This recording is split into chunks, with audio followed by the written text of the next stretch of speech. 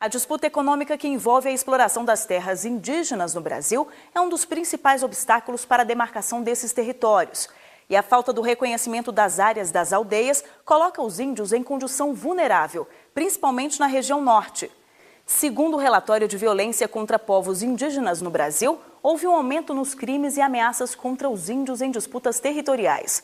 No ano passado, 60 indígenas foram assassinados e 152 ameaçados de morte.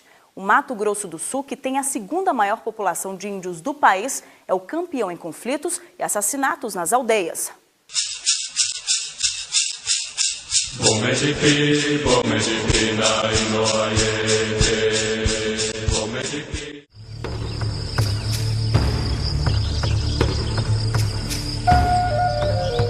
Segundo o mais recente balanço do CIMI, o Conselho Indigenista Missionário ligado à Igreja Católica, boa parte das mortes de índios no Brasil está concentrada no Mato Grosso do Sul.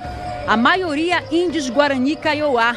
São conflitos entre fazendeiros e a segunda maior população indígena do país. No Mato Grosso do Sul tem ocorrido mais de 50% de assassinatos de indígenas.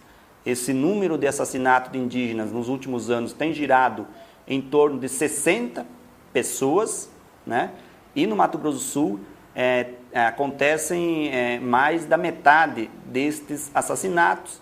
Praticamente 100% dos casos tem a ver diretamente com a disputa pelo território. Nada se compara à situação colocada hoje no Mato Grosso do Sul, que é realmente uma situação que beira quase ao genocídio, né? Uma população de quase 40, 50 mil guaranis e sem minúsculas áreas hoje reconhecidas. A região norte é outro ponto de tensão no Brasil.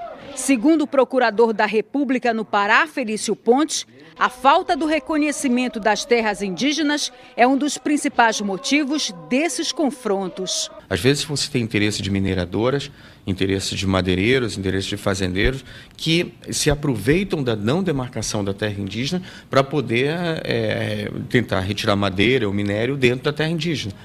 Se essa terra tivesse demarcada, há uma facilidade muito grande de se chegar na justiça e mostrar que aquela área está sendo invadida, aquela área já está demarcada, está sendo invadida e, portanto, se conseguir uma ordem judicial para a retirada dessas pessoas. Um dos casos mais debatidos é a construção da usina de Belo Monte, em Altamira. Este missionário levantou mais de 100 casos de conflitos. Os índios Juruna, que vivem às margens do rio Xingu, já invadiram canteiros de obras, quebraram equipamentos, fizeram funcionários reféns. A tendência é se agravar ainda mais esse conflito, à medida que o processo de construção da obra continua, porque muitas demandas estão na justiça, que não caminha com a celeridade necessária, e enquanto o Estado está fazendo ouvidos e olhos e vendando seus olhos, ouvidos moucos e vendando seus olhos, toda uma série de irregularidades e injustiças estão sendo cometidas na região de Belo Monte. Outro motivo de conflito é a construção do complexo hidrelétrico do Tapajós, que vai inundar 200 mil hectares. É uma área maior que São Paulo e envolve unidades de conservação, comunidades ribeirinhas e terras indígenas. O projeto prevê a construção de 7 hidrelétricas. A principal delas é a São Luís do Tapajós. A barragem estará localizada entre os municípios de Itaitu e Jacareacanga, onde vivem mais de 10 mil índios da etnia Munduruku. Como eles não foram ouvidos sobre se querem essa obra, os índios estão impedindo que pesquisadores entrem na área para fazer estudos técnicos. Por isso, o governo federal enviou 200 homens da Força Nacional para assegurar que esse trabalho seja feito. O procurador Felício Pontes revela uma outra questão no Pará. Colonos ocupam terras dos índios Arara, na reserva Cachoeira Seca, no rio Xingu, município de Medicilândia. Ali o processo de demarcação se arrasta há 30 anos. Houve já 2 ou 3 vezes laudos antropológicos para saber o limite dessas áreas e quando se chegou ao limite não se conseguiu, o governo federal não efetivou a demarcação da terra. Então, isso dá chance para que até hoje nós tenhamos uma situação muito conflituosa aqui entre dois grupos que são extremamente vulneráveis e que nós temos que defender, que são os povos indígenas e os trabalhadores sem terra. Para quem acompanha de perto a luta dos índios, a demora no reconhecimento de terras indígenas tem relação direta com a violência. Nós temos observado que nas situações em que esse reconhecimento acontece, o grau de violência, o índice de violência contra os povos indígenas diminui bastante.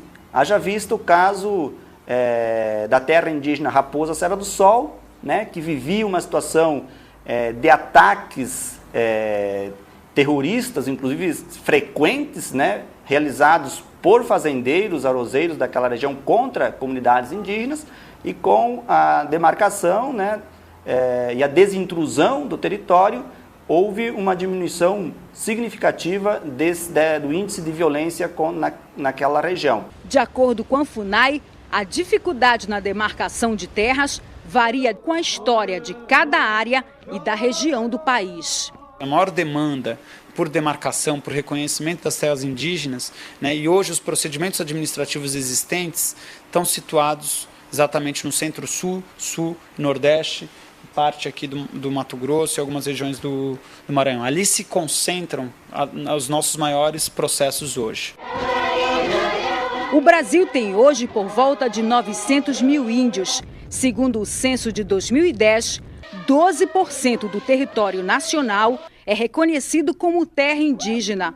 A terra para eles é mais que um lugar para ocupar. A terra é considerada mãe por alguns povos. Então, os Guarani-Munguá do Rio Grande do Sul, que é a região de onde eu venho, diziam: a gente não consegue entender como é que você vende a mãe, como é que você loteia, como é que você homologa, nós queremos a nossa mãe de volta. Então, assim, a terra é um bem do qual depende a nossa vida e a nossa continuidade como povos diferenciados. Então, a riqueza que a nossa cultura sempre ofereceu para o Brasil, ela está em perigo. E ela está em perigo em função dos nossos territórios.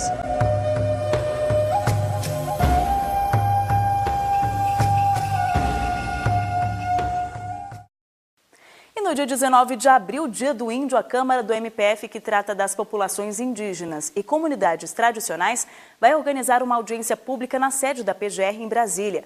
O objetivo é debater a demarcação de terras no Brasil. O evento começa a partir de 14h. Participe!